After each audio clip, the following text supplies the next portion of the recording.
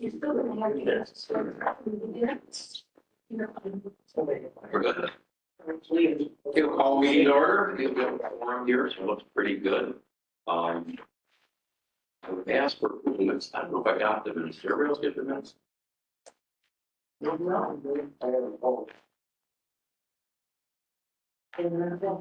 might have forgot to attach them to the agenda. So I didn't see them, so I don't know if we approve or not. So we're going to skip that part. We'll just skip the approval of minutes. We'll go next time around. Well, that's okay. And I don't have any remarks. I guess I'll just remind people that, yes, I guess, perfect. How's that sound? We know Roy. So we got it. Dave there. Tom Sharp. And you're here for which project? 59 Greenbush. Okay. And remind you that the guests don't talk unless someone asks for a question, all right? Sorry. And I just violated the rule, AJ rule. She just went down with AJ and our council was speaking about councilor. Okay, she'll be here. Number 3 on the agenda. Okay. All right. And I'll try to remind me to slow down so that you can remember who does the motions in the seconds, since I always go too fast for that. If I go too fast. Last time was fine. Okay. So that's my remarks, and I'll turn it over to you. So we just this afternoon finalized, the meeting dates with the consultant on the strategic development plan. So, we have the website, it's just about ready to launch. And then we're gonna do the press release. When the website will be finalized and the press release will have the dates in them for all the community meetings. We're really excited. It's going to be a series of 5 different meetings in the different areas of the county.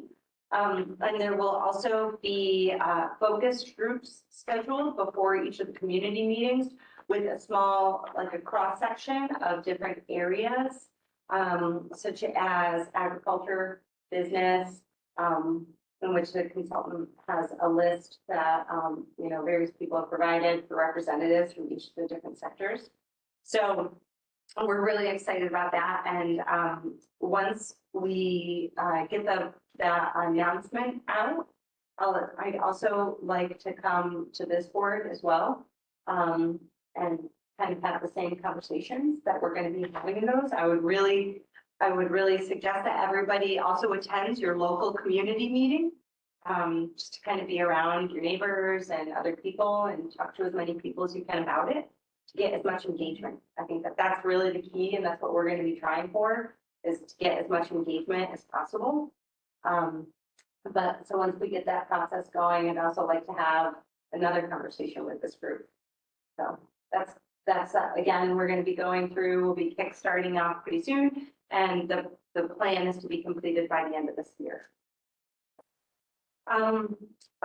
Also, Gina's been talking to Chris Eastman from the Department of State. And I think we've finalized a meeting date of April 16th for our 4-hour training, Department of State mandatory training. And that we'll be sharing with all the municipal planning board members as well. And we'll be hosting that here at the county office building this year for 4 hours. So, yeah, I think a lot of local planning boards have had a lot of turnover. So it'll be good to get people up to speed and at least get them in touch with Chris and familiar with the Department of State and the resource that they can be.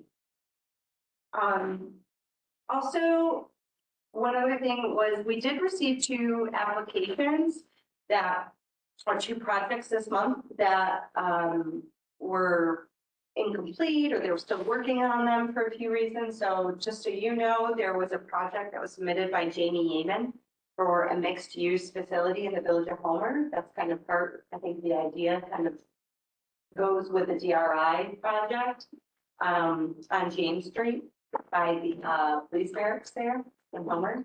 But we needed a lot more information to be able to do a full site plan review.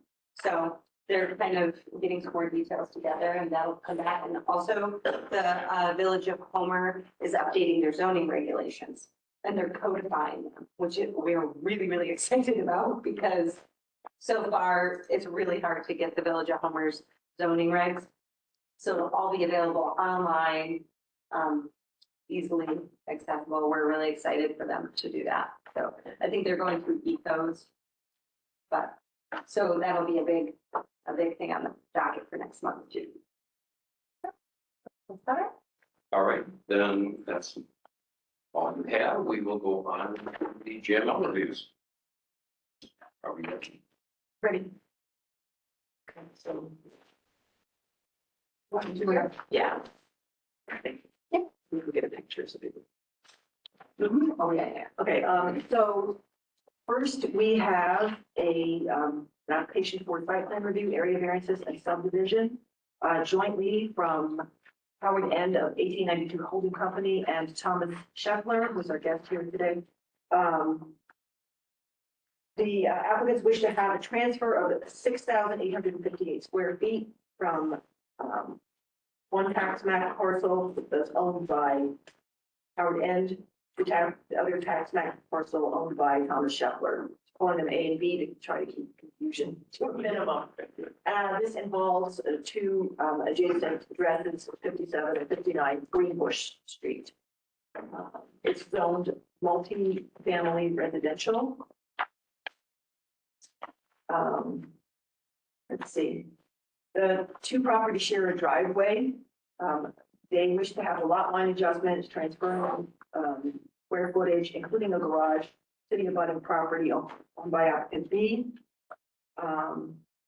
If this lot line adjustment is approved, then 57 Greenbush would newly measure 6,094 square feet, which is 4 acres, and 59 Greenbush would newly measure 14,698 square feet and contain 2 garages.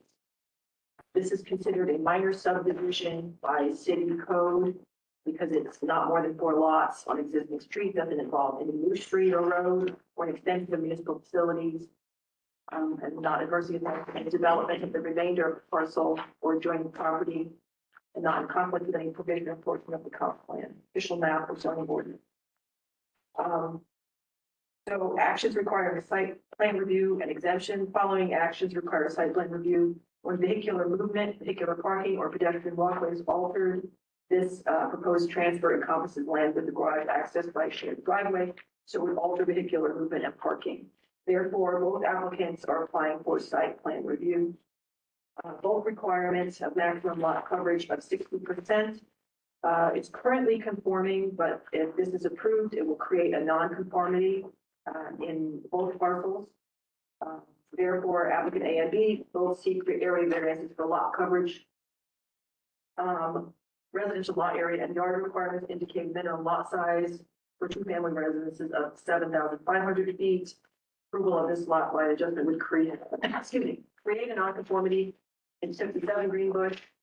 Therefore, applicant A seeks an area variance for lot size. By the way, I do have a chart on the next page. If you want to follow along there, it might be a little easier. Let's see. Minimum rear,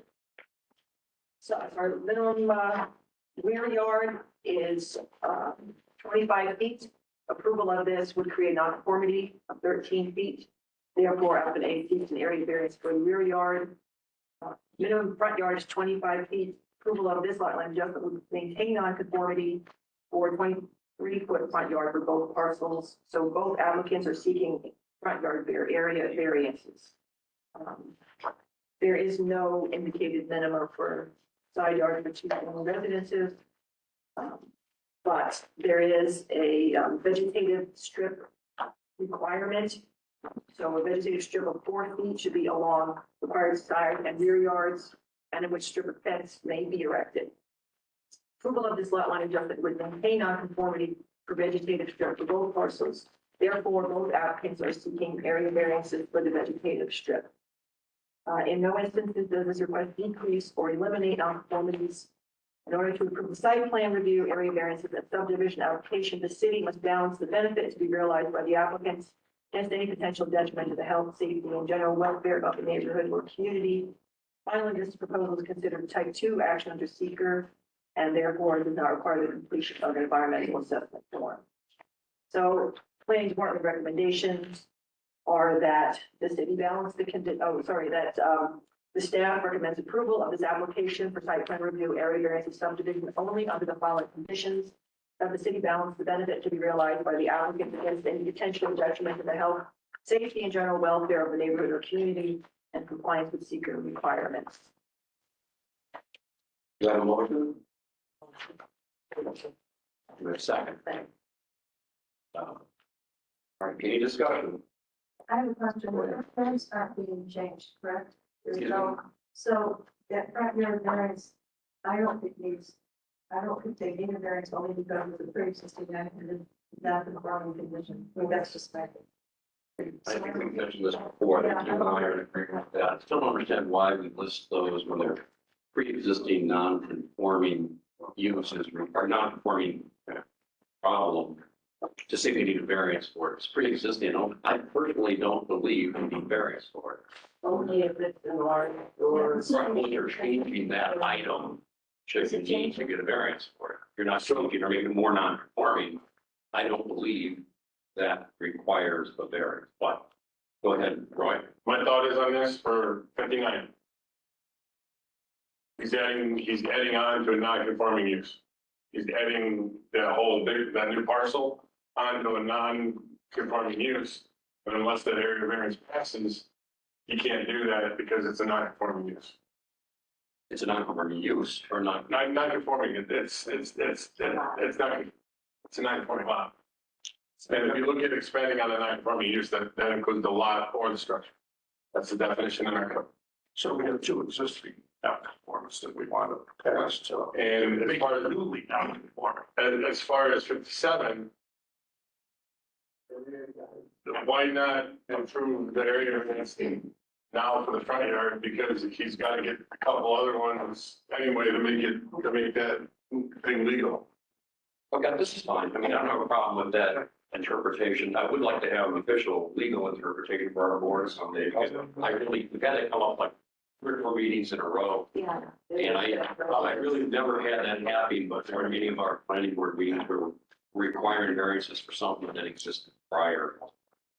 And they already pre-existed. So Yeah. that's something brand new that's coming up in the last few months that you've been doing it.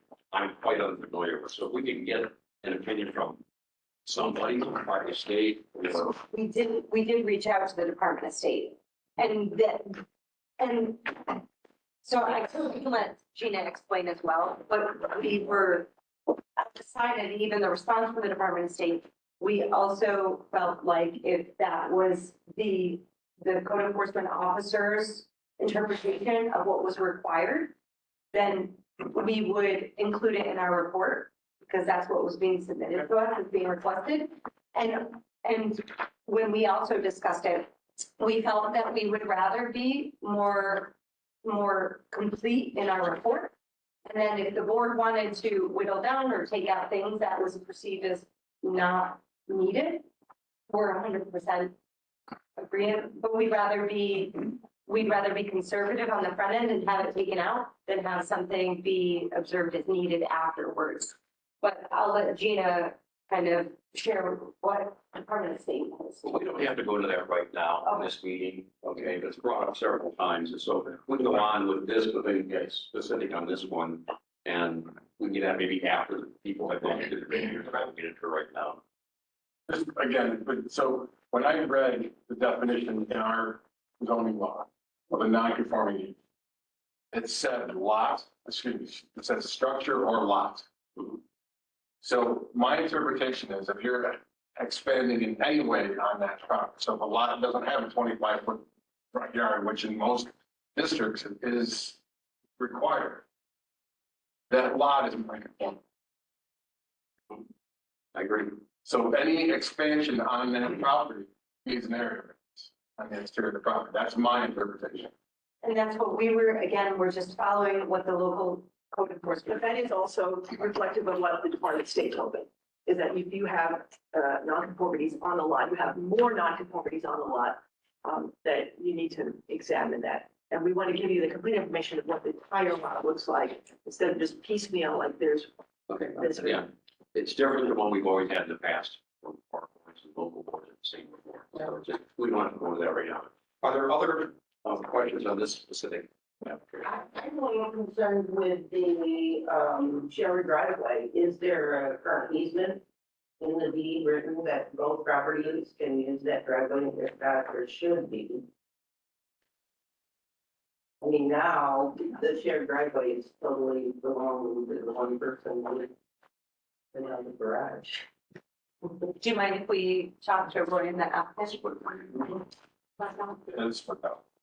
So I think if we see the aerial, it's kind of hard to see, but if I'm correct in thinking, is there access along for 59 Greenbush? Part of the parcel is, like, part of that driveway is in. Yeah, so the property line goes down the middle of the driveway, Mhm. so it wouldn't affect their access to parking. And I have access to from the back side of my garage, there's about a 10 or 12 foot strip that would access that whole parcel. Through here. Yeah, it's hard to see with the angle, I Yeah. think, of that. That aerial imagery. But it's pretty, it's probably 15 feet. I think, to answer the question though, is there no legal agreement to have a shared driveway? Or do you, could somebody put a fence down the middle of that property line and each side can still use the driveway? Yeah, there would be enough room. I'm not sure what the deed says, but if there was a fence put down the middle of the driveway, there'd be enough room. I know like my property has a shared driveway, but it's written into the deeds and stuff, we've got a shared driveway. 100 years from now, you know, the neighbors are gonna be the same and then. Sure. But there is a shared driveway right now, Yes. and that goes right down. I guess that's not our issue, but I guess they should get into that whatsoever. It's not, that's separate and that's about, it's already part of the wow, there now.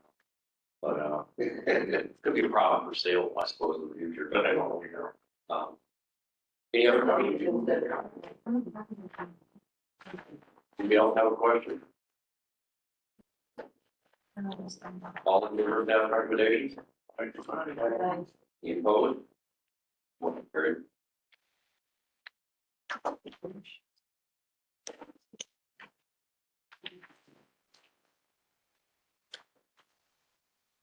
So now it's an updated non-conformance.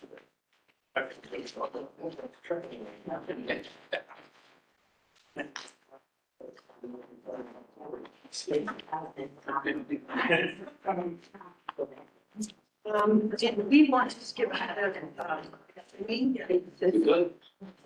All right. do you have anybody on it?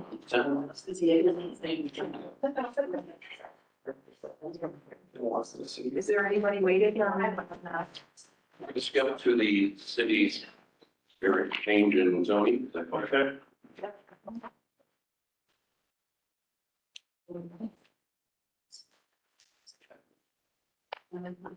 Okay, do we have anyone on WebEx joining us? Okay, if not, they can unmute themselves. So, we'll skip to the city zoning and go back to the other one.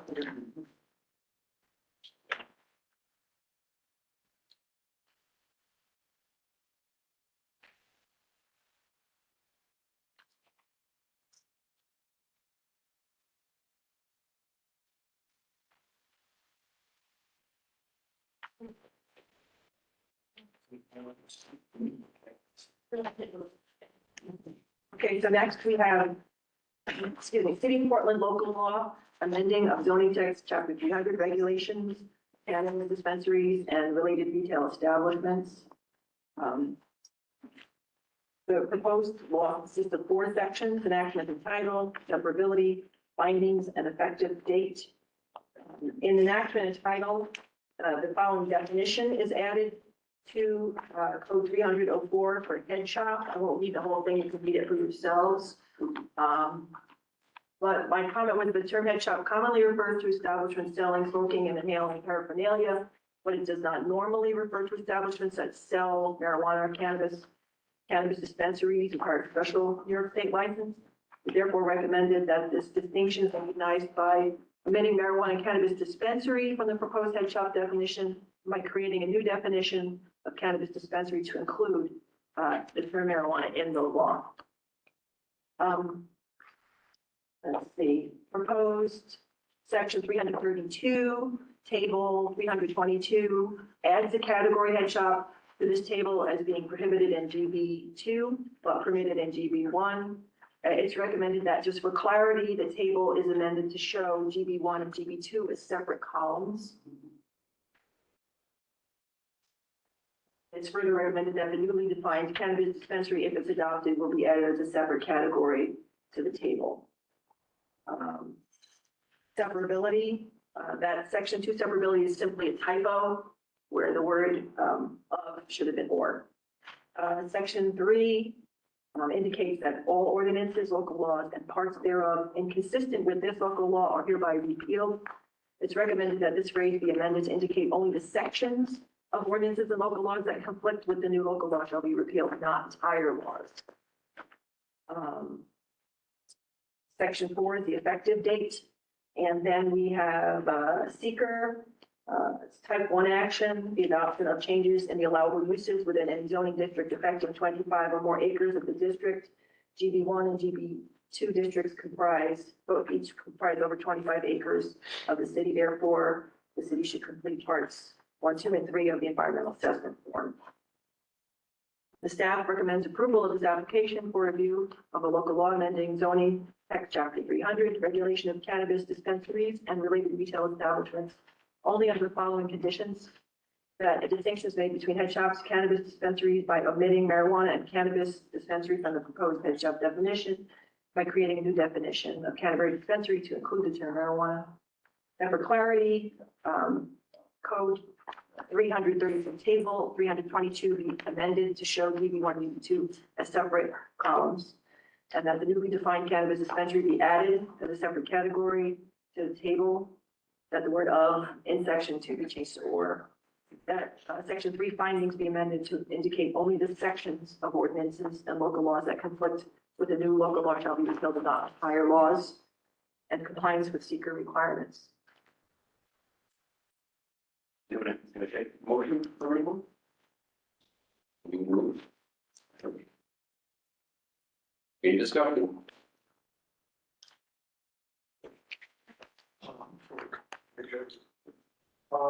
How does what we're undertaking here fit with is it consistent with what the city's recently done with sale of cigarettes?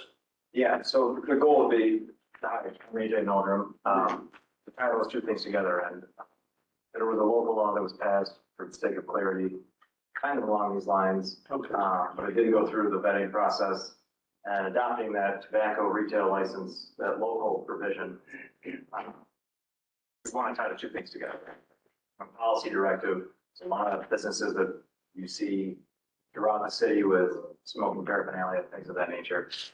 And we're trying to just, moving forward. So this is going to fit under that umbrella. Right, so some of these establishments might have to comply with the tobacco retail local provision, which is something that's kind of sweeping the nation, not just New York State. But kind of push those things in that direction. If they have to check those boxes, we want them to check these too. And if they require a tobacco retail license on a local level, that doesn't transfer with ownership. If you sell the building, someone's got to reapply, and we're trying to just limit it down. I appreciate the recommendations. I think that's a good distinction to say cannabis versus head shop. Head shop's kind of a colloquial term. But again, you know, those types of places have existed for years under the guise of they're using tobacco in these products. It's perfume. Yeah. But, you know, knowing that a lot of these businesses have been complying with whatever the state regs are, and it's kind of widespread, not that we don't want to promote development and more businesses filling up our streets. We just kind of want to focus it because this is a new evolving area of the law. Because Cortland did opt out of this specific area. And I think this will help. So this isn't contrary. This fits with what the city. Yes, so some of these, I imagine that a lot of these businesses who sell these types of products will also require already require a New York State license to sell tobacco, which is through the Department of Taxation and Finance. And legislation was passed allows the city to also do a local version of that and check all these compliance boxes and regulate how many we're going to give out. So there's not a lot of businesses that won't qualify right now, but moving forward, if the property changes ownership or they violate provisions of our local law and state law, we can pull it, kind of control. It gives you an enforcement tool. Yeah, we didn't really have any teeth to enforce these types of business, regulate these things before. And for whatever reason in the past, I think it's anticipation of the legalization, we see all these head shops pop it up. And we've had some issues with sale of illegal products. That's kind of what gives rise to both of these changes, is that we want to be able to get right in there and not have to speculate away. Not only the sale of illegal products, but the sale of the smoking paraphernalia to minors has also been an issue. Right. But again, a lot of these businesses were checking the state level boxes and our hands were tied. And we just want to be able to have a say in the matter moving forward, given the new legalization and that environment we're all dealing with on a day-to-day basis. Thank you. Yep. I have a bit of a concern on the definition where we were talking about e-cigarettes, marijuana, or controlled substances. Controlled substances, by definition, is something that is not legally sold for fear of, I looked up the definition by Google, and it says controlled substances are drugs and other substances that are federal government regulated based on their known risk or misuse and dependence. Controlled substances kind of put a lot of other available things into that. We're not giving permission, obviously, for the sale of controlled substances, but if we were to find one of these establishments was selling something that might amount to that definition, whether it's New York State or locally, this gives us a tool to go in there. Say, you can't sell this, whether it's here or otherwise, that's just the purpose of this definition. A couple of the municipalities have done it, but I agree with the recommendation that we separate cannabis from it. That we don't want to leave anything out, and they are selling something that might fit into the definition of controlled substance, and we can't do anything about it because the list is all inclusive. If you don't have a license to sell something, you better not be selling it in the city of Cortland. And as we move forward, we're going to try to focus where those businesses are, promote economic development, but not change necessarily the character of some of our other business districts. And I believe marijuana still falls under the definition of the federal control. Yeah, there are different schedules. A lot of people think of controlled substances as I would think you. Unless my state needs cash money. right. So we're gonna get that checked. So there's also been cases, not necessarily locally, where these bodegas, if you will, have been caught selling Like synthetic marijuana. Home run, And really, that's the purpose of this. Even locally, we've had issues with this. The brown box under the counter. what do you call it? Right.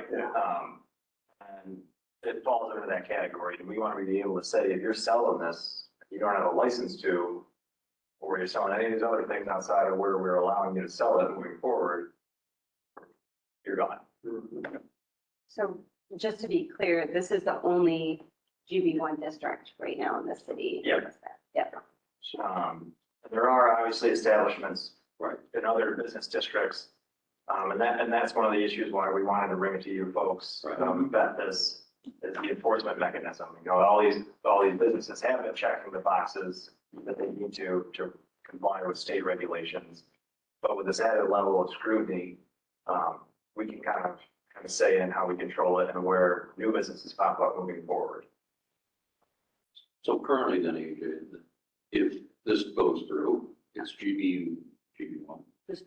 I assume there's a lot of these, like along central business and places like that, they become non-conforming uses off the bat. Is that correct?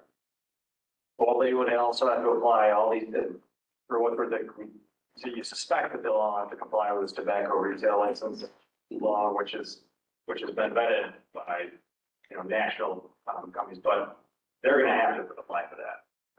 And if they don't, we can pull that. And we will not put one back in. And gas stations is the one. Yeah. But there's a reason that a lot of these establishments, like I said, have been selling, pipes or whatever they may be for decades under the guise of they smoke tobacco out of them. I'm sure that's pretty rare. But it's hard to regulate that, because they're novelty items, it's like glassware and stuff But like they that. make all realistic, I don't either in GB1, so everyone's existing right now in the city of Portland would be a non-conforming use, and correct? Yep, And there's not really a mechanism for them at this point. yeah, we really have no say, other than as long as they got their license from the Department of Taxation and Finance, they can keep popping up. This allows us to kind of slow it down, and then they violate, pull it. And they gotta jump through a lot of hoops. They get it back, and if the property changes ownership, they gotta jump through a lot of hoops to get another local one, whether or not they get the state license. We're kind of living in a new legal world with the legalization, I think. Still illegal federally, somehow. And this is just one step in that direction to control it in our community. Now, are you having problems with the comments then? No, I think that's a great idea. I actually already made some of those changes in anticipation of what we're going for tonight, and I did have a comment that the new cannabis dispensary that has it on, like, the signs up already is not located in the GB1 district. Which one? yes. Lakeside or Riverside. That- Well, while the line shows that parcel, if you zoom in on that. You mean like right back here? I think that, It turns into our You have a parcel separate, there. you have a separate parcel. Yeah, and it shows by the zoning map anyway. I thought he was in the Riverside Plaza parcel. Yeah, That look of it. Oh, you don't see it there? Is that the parcel right there? That's the parcel line right there. See the last box on Now. the yellow, that's him right there. According to the aerial map, but it shows that building there. Yeah. So that's all. Not So that parcel's not in? No. So we have a problem already. Already. A variance requirement. I must be looking at a different I map. can't get a user. Can't get But it. that was a very important component, again, before. I'm pretty sure. I went to the GIS map. You can look at the tax map and see what jogs or not. No, it shows on this GIS map. Let's take a look. We'll take a look while we're right there. I know. Purpose of that zoning district. I know, yeah, subdivided. They're not unrelated to this. That is the R4 district, you're right. Now, wait, if you turn on layers and put it in here, No, that's the line right there, you're right, that's the spot. well, turn on the layers for your, over to the left side of it, Yeah, under layers. that's right. It's our own district. Oh, I guess my question is how is that for district Zoning. before, when it was. Right. Actually, right on that one. I bet there's a variant of that property. Variance is tracked with the property. Don't stick. I'll say this, that sometimes those maps are off by a little. No, That's this one. I think you're making this a zoning district or something. Legally, I one type. If you want to promote. think the city should modify the zoning district and include that parcel. Really, you're talking about there, with just that little. And Yeah, it's split. you can follow the lot line property. And it's always been part of Riverside Plaza. Right. I don't know why it's considered separate. That's a big assumption on Yeah. someone's part. Well, I not be happy about that.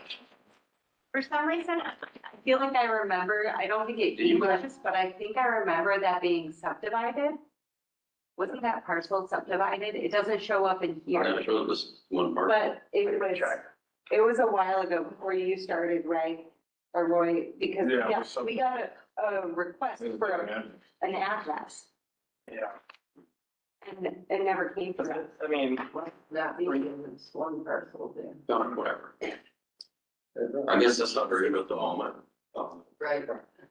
No, the city is not already with it, okay, so it's not. good catch. No. I mean, that's a pretty legitimate question, that is a clarification. Yeah. I mean, unless we're dealing with updating non-conformance from existing non-conformance. I think there's gonna be days of notice before we get around the bend. They need that. Well, it's an like, obviously that, like, it's not intended that those structures are part of the R4. That might have been part of the 2019 update. The 2019 update, I might add, that was not done. So, I mean, we found some other ones, right? We found Right, some more. right. There are a few little one-offs Yeah, that so that never might be, officially got, that might It's be. a rabbit hole that Roy and I go down frequently. yeah. Working on it. We will fix it. Thank you for bringing Thank you for bringing that up. Please look into it. Our action tonight is not time It has sensitive. nothing to do with that. It's a good catch. Do we have any other issues? Bad sunshine, Mike. I had a We'll see you question. next month. Okay, so let's take it. So the businesses that are already existing in the business district, they have to get, you said they have to get licenses. Yeah, we can add a local component and then unrelated, it's just a Right. licensing ordinance. A local retail tobacco license on top of their New York State Department of Taxation and Finance license. They gotta check all these other boxes. And if they don't comply, we can revoke that, even though they have their New York State. We can pull their license to sell here if they need both. So they'll be grandfathered in? Yeah, if they do all these other things. But if property owners change hands, or new business goes in, you know, a lot of these places are rented. Or they, like, you can't sell illegal substances, you can't violate anything else. A lot of these places, I think, without giving up too much information, this will give us the teeth to get in there. This, Syracuse did something very similar, and it's been incredibly successful. And they're not alone, I think Myra did it, Oswego. I mean, This town of Salina has been, it's a great model for a lot of these types of things. They're a big community and you have to get a handle on it, and I'll tell you why. Have you ever been to New York? especially if we're, if Thank you. I'm just saying, yeah, anywhere you go, the whole time, the whole place smells like marijuana. Not saying I'm not, saying, just want, you have to regulate it. it's easy. Start with the library. It's not working. Let's keep it simple here. Let's get. It's easy to infer why all these smoke shops or head shops popped up because of New York's legalization. And there was no local mechanism because they're novel products, these pipes and whatnot. They could, And the city is not against the legal use or sale of cannabis. We're not against it, we just want it in certain areas. Okay, any other comments or questions? All in favor of staff recommendations? Opposed? Carried.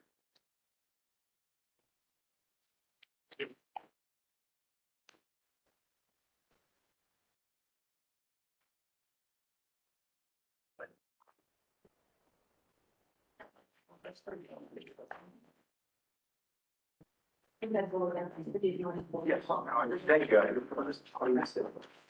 Fuming. Thank you.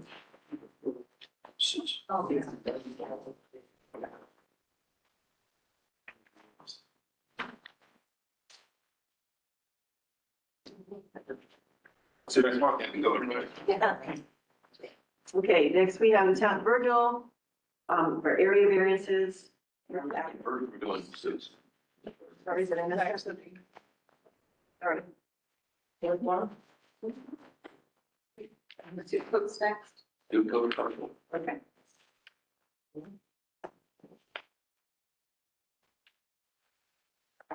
it in that.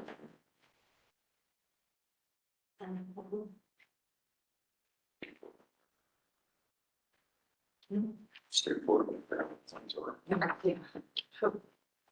I think I will remember. All in fan, sorry. Okay, so Town of Homer, we have Sudco Corporation wanting to have the subdivision and lot consolidation.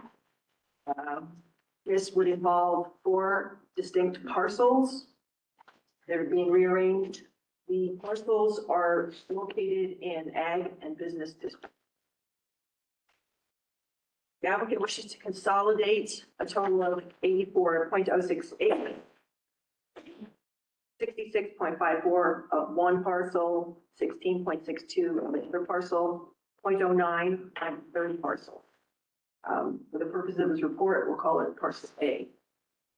Applicant additionally proposes to consolidate the remaining land of these parcels, 87.6 acres of first parcel, 10.8 of the second, 2.14 of the third, and then another entire parcel for a new parcel totaling 105.17 acres. This is going to be referred to as new parcel B for the purposes of this report. One of the parcels is currently landlocked, although it is accessible through another parcel owned by the same entity, both by Sudco. If this subdivision and consolidation application is approved, this parcel would be split between the 2 new parcels and neither would be landlocked.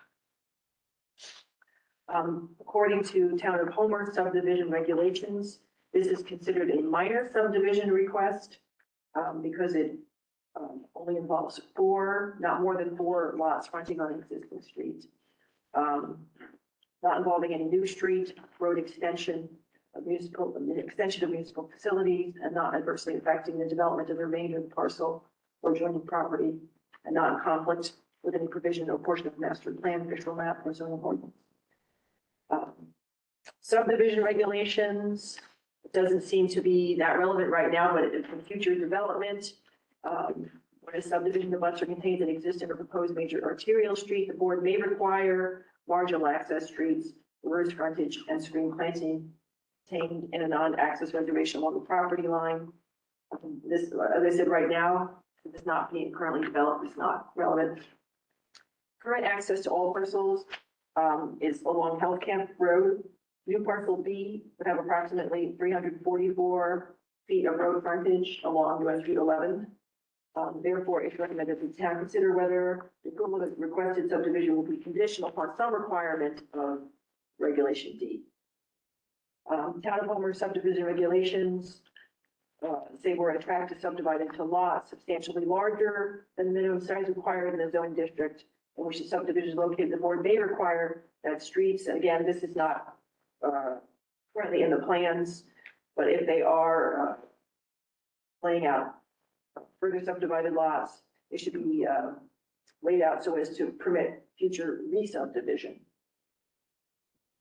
Minimum lot size indicates that in agricultural districts where no public or water mains are available, the minimum lot size should be 2.4 acres.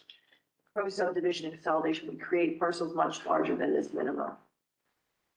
Town of Homer subdivision regulations on water courses indicates that where a subdivision is traversed by a water course, drainage way, channel, or stream, there shall be provided a storm water easement or drainage right of way as required by the town engineer, and in no case less than 20 feet in width. The subdivision has a boundary along a pond wetland area creek that connects with existing mining ponds in new parcel A. Therefore, it is recommended that the town consider requiring a stormwater easement or drainage right of way as required by the town engineer. Finally, this proposal considered unlisted action under seeker. The applicant has completed part 1 of a short environmental assessment form, and then parts 2 and 3 would then be completed by the town to determine if there may be any significant adverse environmental impacts as a result of the proposed use. The staff recommends approval of this application for subdivision only under the following conditions. That the town consider whether any approval of requested subdivision would be conditional upon some requirement of subdivision regulation D. That the town consider the requiring a stormwater easement or drainage right of way as required by the town engineer and compliance with seeker requirements. Okay, I'll entertain a motion. Second? Yeah, So Amy and Dan? Don, Done. Yeah. Don and Done. Okay. you have any questions? I have a couple. I assume what they're doing, I couldn't quite. Here's a map of this here, if you want to look up. Anyone wants to look Yeah, up. I assume it's this really odd shape, one line is what it is, and it's following the contour of the mine land, of the mining permit, is what they're doing. They're separating the part that's not part of the mining permit from the part that is. Yes. That's what's going on. Yes. So do we know if this affects their mine land reclamation plan at all? We talked about that, Yes, and no. and no, Yeah, yes, they talked. we about- did talk about it, and no, it does Okay. not. And that's why, Okay. like this one parcel, and Right. a lot of the idea behind this is there's several parcels that are included here, and they want to kind of clean it up. Right, And so, but yeah, to this one part, this parcel. they probably out of the mine. Yeah, that'll be all out of the mine. Be in the mine. And like this one parcel down here, Mhm. this was one piece. And now it's being divided between here because that's the mining. Yes, the mines and, Mine limit. it's probably one, there'd be two parcels now. Yep. One's all in the mine, the other's out of the mine. Yep, Is that yep. correct? And this new parcel here, it's kind of got like a little right of way Right, strip all the way down out, there. yep, out to like a little access area up there and then up in the other corner. And this parcel here is totally separate from this one that's being created, but in the same motion, they want to consolidate this with this bigger one, Okay. just to kind of clean it all up. It's all part of the other. Okay. Yeah, same with like the remainder of this little one that they're cutting this right away and access out of. There was a little one right here. They're gonna consolidate that in with this too. We're So got a would lot. that be where it wouldn't have access then? Yeah, Too long right of ways. Yeah. Not So right of ways, It you want to be. consolidated the little square at the bottom. yeah, so that'll provide access to all of this. One from the other side. Oh, I see, the Yeah, one yeah. does go over. Yeah, no access. I locked. Yeah, What's the, on the very top of the site, there's a long narrow strip. That's part of it too. yep, yep. For access? That's part of the thing, actually, you can, yeah. Right, so. Here's part of the parcel. Yep, there's like a hedgerow here, and so part of it is they're gonna Yeah, buy this strip and combine it with this. right. And the same thing with this access here off Health Camp Road, because this parcel originally was landlocked. So now this will have access up to it. And usually it doesn't affect their mine land reclamation, so they, okay. But the one section that Gina did add, about the right of way Right. written in, the easement, is because Right. this property line follows this existing creek Right. that feeds into this. And it dumps into the pond, it's gonna be there. So to have that Right. easement in there, work needs to be done on it. It's necessary, yeah. Well, yeah, they need more, plus it's all the drainage from that site, we go down into the pond. Right. Yeah. So they better have an easement for it.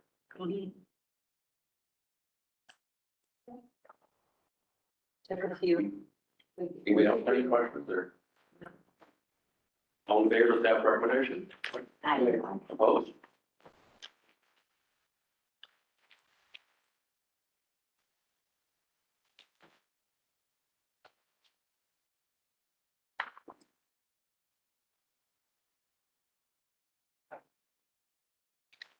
Next, we have Town of Virgil, area variances for 1179 West State Road. The applicant wishes to build a 1,566 square foot addition onto an existing dwelling. The parcel is 1.18 acres in neighborhood residential zone. It's a single family dwelling. Applicant wants to seeks this addition onto an existing single-family home without public utilities on 1.1 acre lot. The addition will replace an existing garage and add living space to accommodate, existing garage. They're going to replace an existing garage and add living space to accommodate a family member. Applicant expects no significant increase in sewer, electric, parking, or driveway use. No negative effects on Town of Virgil Fire Department property access to the east. County Virtual Code indicates that minimum side yard setback for neighborhood residential district parcels without public utilities is 30 feet. There's an existing non-conforming setback of 24 feet from the side property line. The back of the proposed addition would add to this non-conformity, making the structure 18 to 20 feet from the east side yard, and the front of the proposed addition would be 26 feet from the east side yard. Applicant therefore seeks an area variance for increased side yard non-conformity. Table 3 also indicates that minimum lot size for parcels in the neighborhood residential districts without public utilities is 3 acres. This lot is existing non-conforming 1.18 acres, therefore requires an area variance of lot size to increase non-conformities on the parcels. Applicant therefore seeks a lot size variance. Zoning schedule table 3 also indicates that minimum front yard setback for neighborhood residential district parcels without public utilities is 50 feet. Existing setback is approximately 41 feet. Applicant therefore seeks area variance for front yard setback. Zoning schedule table 3 indicates that minimum rear yard setback for neighborhood residential district parcels without public utilities is 50 feet. There's a structure 35 feet from the rear property line. Therefore, applicant seeks an area variance for rear yard setback. Zoning schedule table 3 indicates that minimum frontage for neighborhood residential district parcels without public utilities is 250 feet. Road frontage for this parcel is approximately 159 feet. Therefore, applicant seeks an area variance for road frontage. Zoning schedule table 3 indicates that minimum average lot width for neighborhood residential district parcels without public utilities is 350 feet. This lot is approximately 215 feet at its widest. Therefore, applicant seeks an area variance for minimum average lot width. Cortland County Health Department rules and regulations indicate that minimum permitted lot size for parcels with no public water or sewer is 2.4 acres. This lot at 1.18 acres is therefore not conforming to health department regulations, and we need a waiver from the health department for minimum lot size. Finally, this proposal is considered a type 2 action under seeker and not subject to review. Staff recommends approval of this application for area variances only under the following conditions. That the town weigh the benefit of granting the requested area variances to the applicant against the detriment to the health, safety, and welfare of the community or neighborhood. That the applicant applies for and obtains approval for a waiver from the health department for minimum lot size compliance with seeker requirements. I'll entertain a motion. And Stephen seconds. Thank you. Any discussion? Is there a lot coverage regulation,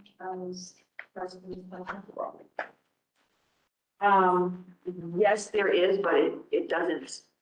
I didn't include it because it needs lot coverage. It's mentioned up here, non-public utilities, do they have municipal utilities in there? No, why do they say? You know, not there. So they're adding a living unit, so they're gonna have to probably put something in. No. There we go. Septic there is, they're limiting 100 houses, Right. So it's already. It's gonna be, it's gonna be living area. They're gonna add more Facility. The only issue would be with the health department, like I said, Yeah. they might raise the issue. Something like that, that's health department. As an issue with the number of bedrooms on. Right. That's how they regular. Okay, thank you. Other questions? Now, all in favor of staff's motion?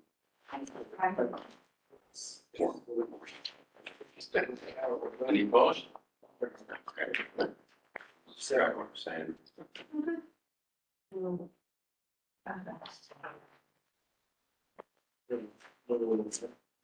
Okay, finally, we come to the, well, not finally, sorry. Yep. We are at the Town of Preble Comprehensive Plan Update Review. Town of Preble is seeking to update its comprehensive plan. The proposed plan consists of 8 sections. First is the objective that indicates that the purpose of the plan is for inevitable growth and defines 9 major land use categories with the abbreviations. Section B establishes development goals, a summary of the development goals, which will be later discussed in the plan. The New York State Department of State recommends including community resilience planning in a comprehensive plan. So therefore, it is recommended that future versions of this plan include in this section, community resilience planning, or else create a separate but linked plan. The New York State Department of State also recommends including realistic, achievable financial planning in the comprehensive plan. It is therefore recommended that future versions of this plan include in this section financial planning. It's also possible to create this as a separate but linked plan. Department of State, New York State Department of State recommends including planning for renewable energy development so that municipalities are prepared for the nature placement and extent of wind farms, solar farms, and other renewable energy production development. It is therefore recommended that future versions of this plan include in this section planning for renewable energy development. It's also possible to create this as a separate but linked plan. Section C is critical issues for meeting goals. It contains issues that influence the achievement of their goals. Section D, background evaluation, indicates a need for understanding trends affecting the general character of Preble by updating the demographic analysis. The next sentence is a little messed up, so I'll read it the way it's supposed to read. It is recommended that the town consider adding in future versions of this plan, not only demographic analysis, but an entire existing conditions section to document the conditions and resources of the town at such time that the new plan is adopted, providing a snapshot in time for which to measure changes into the future. And then I have some categories that are recommended to be included in that. The existing conditions section may also include photographs, charts, and figures as illustrations. Section E, comprehensive plan analysis and rationale, includes important reasoning for goals within the indicated areas. And if anybody wants me to read through these, I will, otherwise you can just glance. Okay. Section F, development goals, gives an overarching goal for each district and the details how this is to be achieved. Section G is guidelines for use of the plan. It includes suggestions for ways in which the plan may be utilized. Section H is a summary of the goals identified in the plan and gives a brief list of these identified during the creation of the plan. The plan does not include plans for maintenance of existing roads and the creation of new roads, sidewalks, bike paths as needed. It's therefore recommended that for future versions, the town consider including this information in the plan. The plan does not name or describe any scenic vistas, historic sites, areas of archaeological significance, including plans to protect and promote these into the future. It's therefore recommended that for future versions, the town consider including this information in the plan. Public input is vital to any comprehensive plan. This plan indicates that a public hearing was held and the proposed plan revised based on public input. It's recommended that in future versions, the document include an entire section on how public input was sought, achieved, and incorporated into the plan.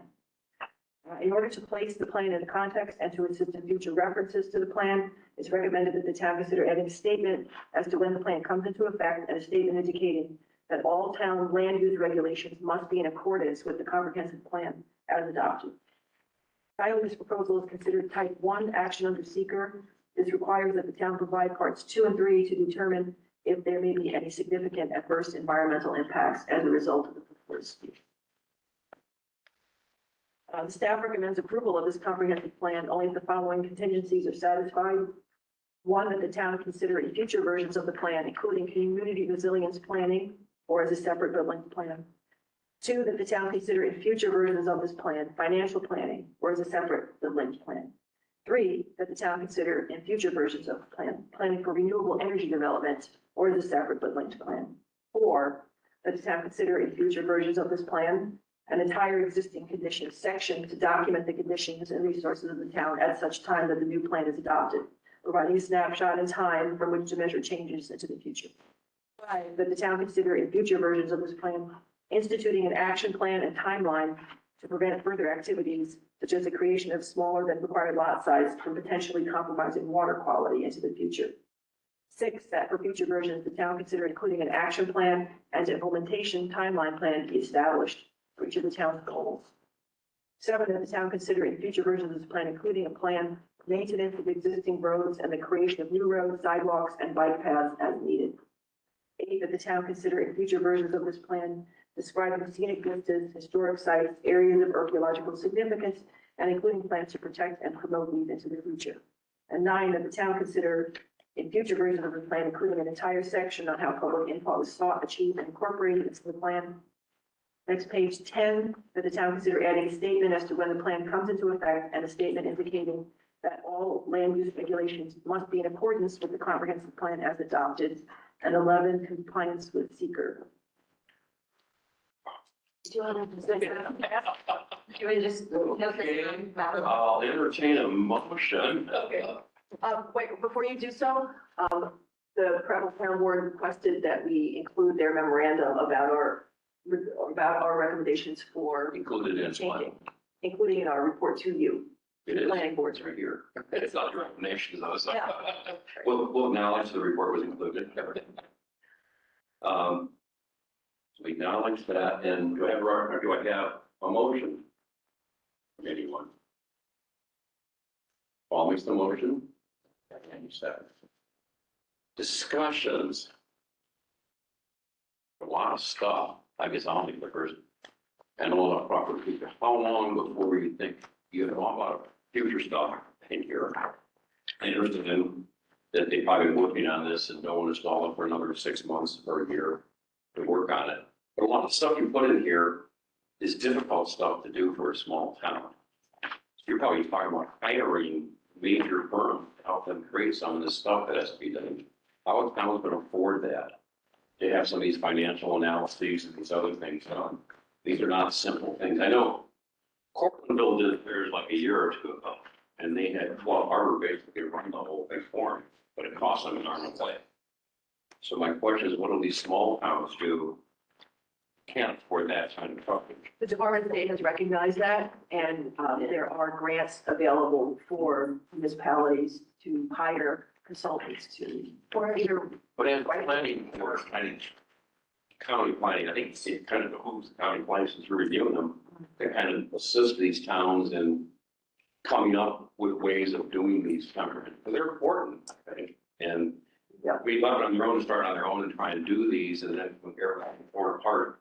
It will be difficult for these towns to do that. And We have already discussed. go back, why don't we say, hey, we can apply for grants for a couple of people to help work on these or something. I think the two that we've received most recently, and I think we talked to Amy too, is we did not know that they were working on it until we reviewed it. And we did tell them, had we known, we could have helped you do some of this stuff. Okay. Upfront. There's some of this that we could help do in the very beginning. And I think Pebble did add, we helped them add a few things like a road inventory and some other databases.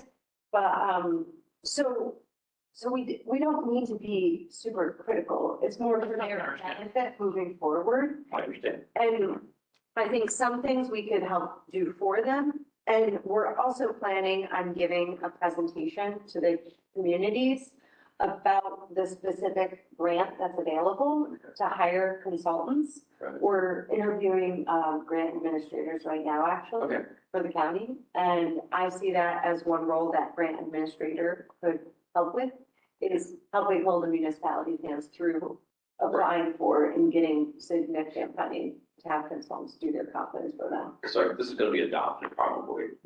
And, it's be the basis for all the zoning for the next X number of years. Until we change it again, a lot of those comprehensive plans don't change forever, I think which is a problem. But, the bigger thing is, we have this all this talk about development now, and this is stuff with Mike, and they're being on the board or without a dog, it could affect their town a lot more than some others. So I'm not sure if they can use that kind of financial input and help in creating the comprehensive to work towards their zoning. They're right on the border, they're right on the main border, they're gonna be hit hard if anything happens.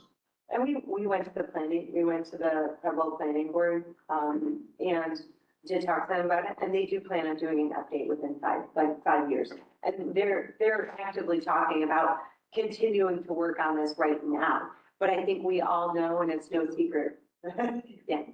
Oh, 2 years? But yeah. How often do you, Yeah. I'm not with the. how often do you guys work on this? How often do you meet? Um, I mean, it's beautiful. at least once a month, right now. For how long? Oh, long time.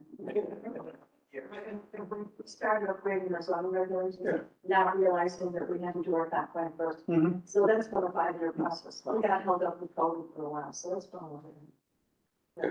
And I think that, I mean, correct me if I'm wrong, Amy, but I think they really recognize the need to update their zoning. And that's really what they want to do, is get their zoning, because that's really boots on the ground, what's gonna affect things. And they recognize, well, the zoning obviously needs to be in correlation with the comp plan, so let's do this.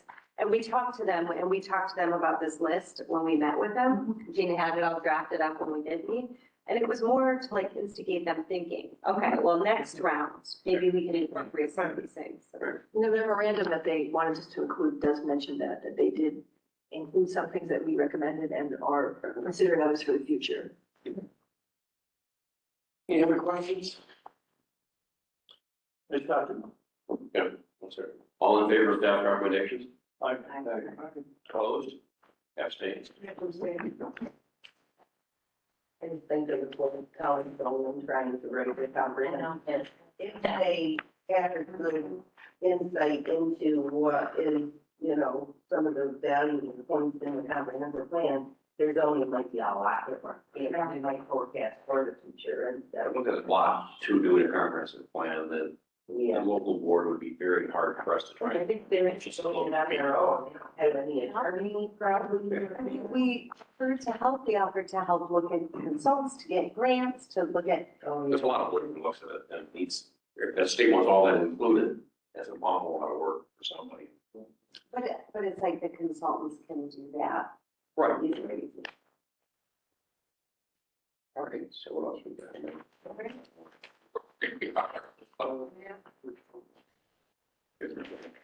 It's photos in the comp plan though too.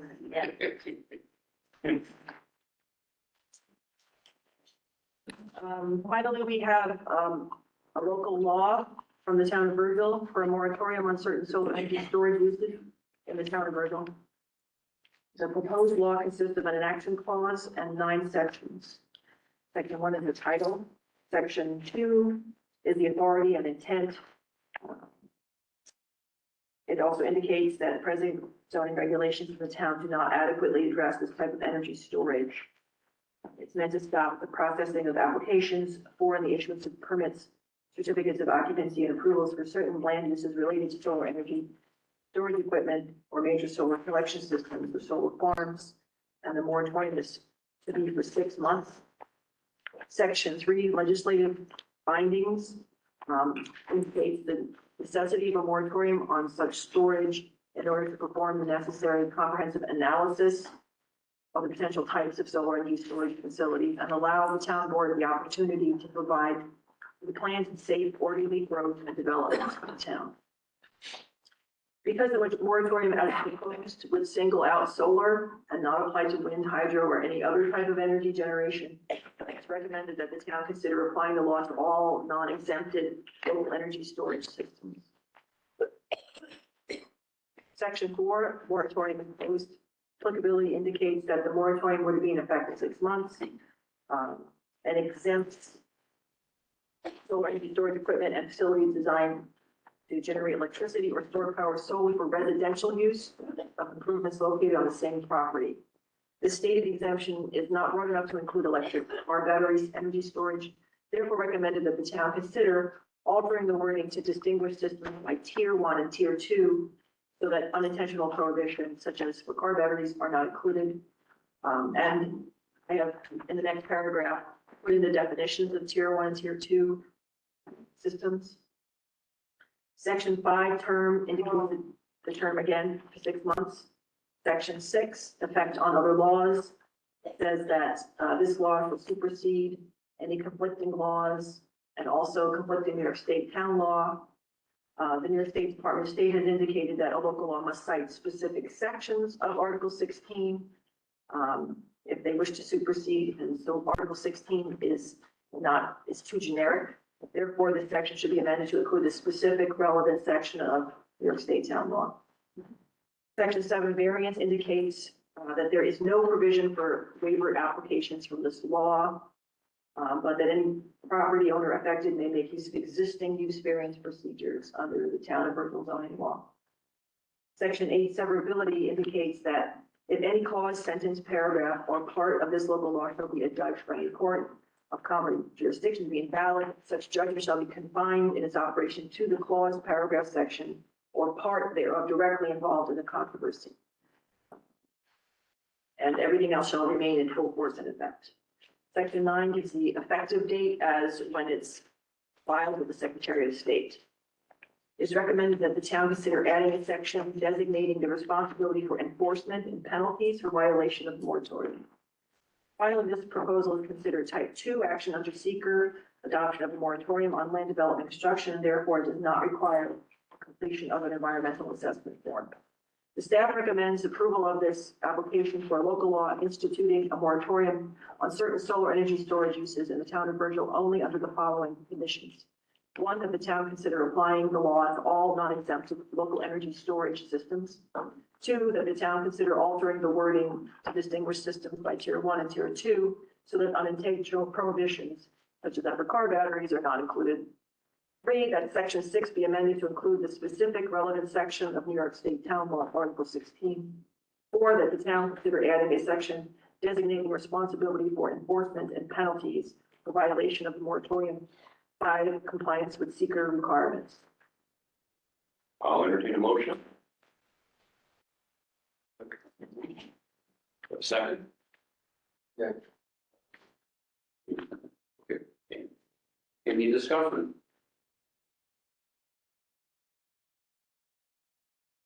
Number one, then the recommendation to apply the law to all non-exempted local energy storage systems. Is there some example of what non? Wind farm instead of solar. Okay. Oh, okay.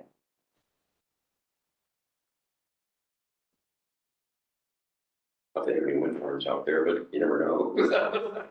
Possibility that the whole unit could accumulate enough carbon batteries that would be a problem, no?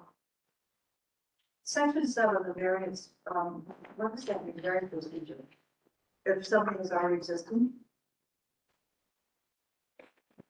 No, it means that, excuse me, if someone claims that they want to have a battery storage and that the town, the moratorium is causing them a hardship, they apply for a variance from that regulation.